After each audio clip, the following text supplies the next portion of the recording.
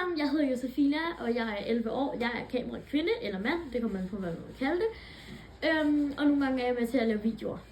Mia, jeg er 8 år gammel. Jeg er med til at lave kreative ting sammen med min mormor og mig. Ja, det var det, jeg med. Hej, jeg er mormoren. Jeg er mormor til Josefina, og jeg er mormor til Emilia. Men jeg er også mormor til nogle andre, som måske en gang imellem kommer med ind på videoerne.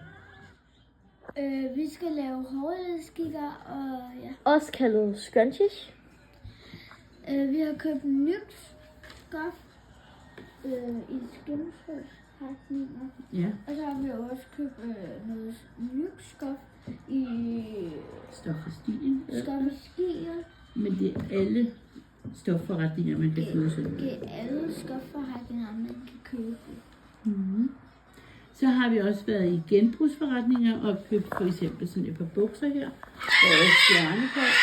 Det kan man også klippe ud og lave hårelastikker, og man kan også lave meget andet af det. Vi har været nede og købe et tørklæde i en genbrugsforretning. Den kan man også lave hårelastikker af. Så har vi været ude og købt nogle billige viskestykker i forskellige farver med striber på. Det kan man også lave hårelastikker af, eller mange andre forskellige ting. Men i dag er det, vi vil vise jer, hvordan man klipper ud til en hårelastik. Så har vi også pynt til hårelastikker, og det har vi faktisk også købt i en genbrugsforretning. Så nogle perlekæder, som vi så lige klipper af her, og så kan det faktisk blive en rigtig fin hårelastik med sådan et hjerte på her. Vi har også nogle andre. Vi har også sådan en perlekæde her, som man kan klippe af, som kan blive en fin hårelastik.